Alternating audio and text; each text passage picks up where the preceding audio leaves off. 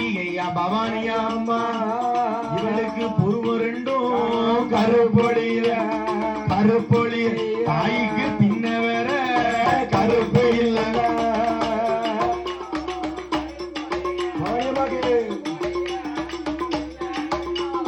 கருப்பு இல்ல அவளுக்கு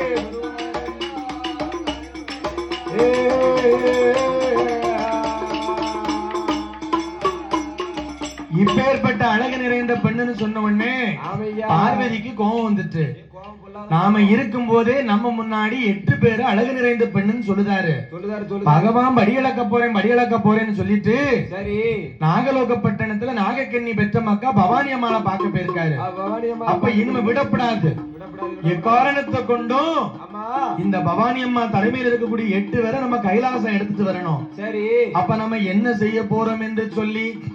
தாயாகப்பட்ட பார்வதி அம்மா யார